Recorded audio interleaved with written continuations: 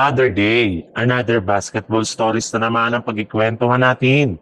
At ngayon nga, ang balitang jackpot nga daw ang Los Angeles Lakers sa kanilang bagong player. At ang balitang may good news nga daw ngayon ang Golden State Warriors. Marami nga ang nakapansin na hindi nga kagaya ng mga nagdaang laban ng Los Angeles Lakers ay mas gumaganda na nga ang ikot ng bola sa kanilang opensa at mas naging pisikal nga ang kanilang depensa sa second half ng kanilang laro kanina laban sa Toronto Raptors nang gumamit sila dito ng big lineup na kinabibilangan ni na LeBron James, Marcus Smart, Jared Vanderbilt, Drew Timm at si DeAndre Ayton. At isa nga sa mga nagkaroon ditong impact ay ang kanilang bagong big man na si Drew Timm na bagamat man nga nakapagtala lang ng 3 points sa loob ng 16 minutes niya na playing time, ay nagkaroon rin naman nga siya dito ng plus 17 pagdating sa efficiency rating.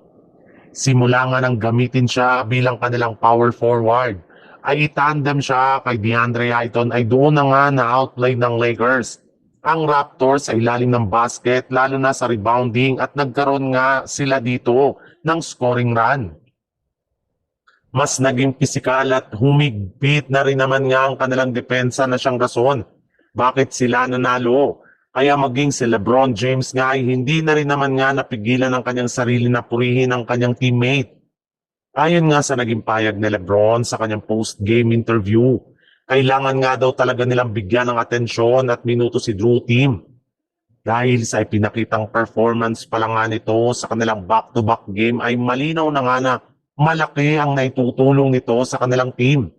At kapag nagkaroon pa nga si Timm ng confidence ay hindi malabo na matulungan niya ang Lakers na magkaroon ng sunod-sunod na panalo. Napakasipag nga nitong gumalaw mapa-opensa, rebounding at maging sa depensa plus meron pa nga itong legit na shooting sa 3-point line. Kaya saktong-sakto talaga ito sa pangangailangan ngayon ng Los Angeles Lakers. Sa ibang balita naman, magkakaroon nga ang Golden State Warriors ngayong araw ng rematch laban sa Miami Heat na tinalo sila sa kanilang huling paghaharap ngayong regular season. Kaya pagkakataon na rin naman nga ng Golden State Warriors para mabawi ang kanilang magiging bakbakan. At bago pa man nga magsimula ang kanilang laban ay inanunsyo na nga ng Golden State Warriors na since ito ang unang game nila sa back-to-back, may ilan rin naman ang kanilang mga player ang hindi maglalaro. Katulad na lang ni Guy Santos, DeAnthony Milton at si Seth Curry habang probable naman dito si Draymond Green. Pero sa kabilangan ng pagiging underman ngayon ng Golden State Warriors, ay sila pa rin nga ang merong mas mataas na tsansa na manalo kontra sa Miami Heat.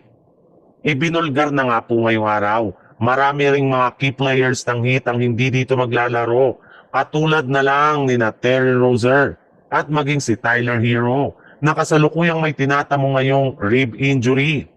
Kaya isang magandang balita nga ito para sa Golden State Warriors na magagamit ang kanilang team para ma-outscore ang Miami Heat sa kanilang laban. Pero sadyang kailangan lamang nga nila ditong mag-ingat dahil sigurado nga na magiging pisikal ang player ng Heat sa kanilang mga laro bukas.